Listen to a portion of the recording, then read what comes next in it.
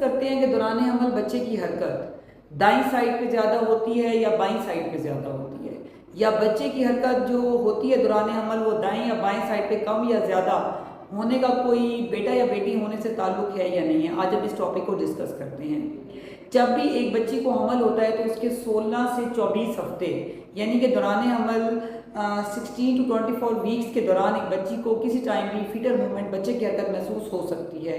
वो ख़वातीन जिनके बच्चे काफ़ी ज़्यादा होते हैं तो उनको ऑब्वियस सी बात है हरकत जल्दी फील होती है क्योंकि वो उसको रियलाइज़ जल्दी कर लेते हैं, लाइक 16-17 वीक्स पे।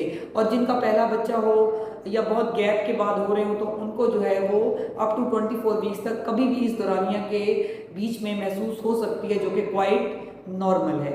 अब बात यह है कि बच्चा जो है वो हरकत ज़्यादा दाईं साइड पे करता है या बाईं साइड पे करता है। अब बाज़ हमला ख़वातीन कहती हैं जी मेरा तो बच्चा रहता ही दाईं साइड पे, या मुझे फील ही उसी साइड पे होती है, और बाईं साइड जैसे मेरी खाली हो मुझे फील ही नहीं होती। इसी तरह बाज़ फीमेल्स कहती हैं जी हमें बाईं साइड पे फील होती है, दाएँ पे ऐसे नहीं होती है। देखिए बच्चे का जो मेन बल्क है जैसे कि हेड है और जो उसकी बैक है, अगर वो राइट साइड पे ज़्यादा है तो ऑब्वियस सी बात है फीमेल को ज़्यादा प्रेशर भी उस साइड पे होगा और उसको जो है वो ज़्यादा से ज़्यादा जो है जो मूवमेंट है, एक्चुअली जो ज़्यादा मूवमेंट होती है वो हैंड्स की और फुट की होती है। जब बच्चा छोटा होता है तो तब तो पूरा रोल भी हो सकता है, फिर हेड मूवमेंट भी होती है, बैक की भी फील हो रही होती है। लेकिन जैसे जैसे प्रेगनेंसी एडवांस होती जाती है तो जिस साइड पे बच्चे का हेड और बैक ज़्यादा होगी उसको ऑब्वियस सी बात है वहाँ पे मूवमेंट ज़्यादा फील होगी।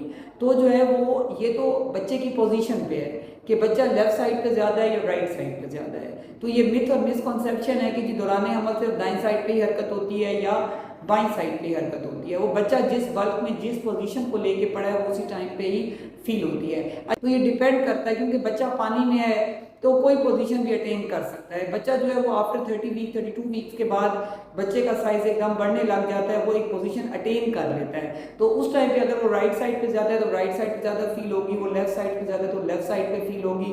ब्रीच है तो ऊपर जो है पेट जो मैदे वाली जगह है वहाँ ज़्यादा महसूस होगी, जिगर के पास ज़्यादा महसूस होगी।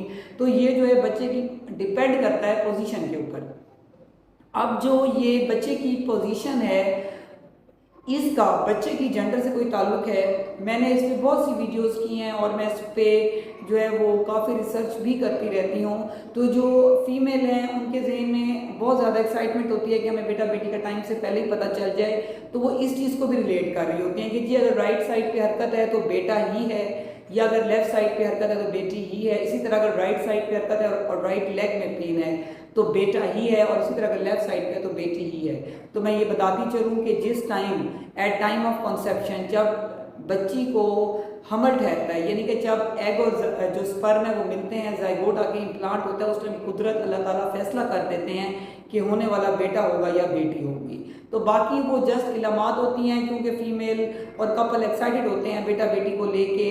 तो जो है ये काफ़ी हद तक लोगों की कहना चाहिए कि रिसर्च है। मोस्ट ऑफ द फीमेल में अगर राइट साइड की मूवमेंट होती है तो उनको बेटा ही होता है और लेफ्ट साइड पे तो बेटी ही होता है। ये कोई मेडिकली साइंटिफिकली प्रूवन नहीं है। Thank you so much.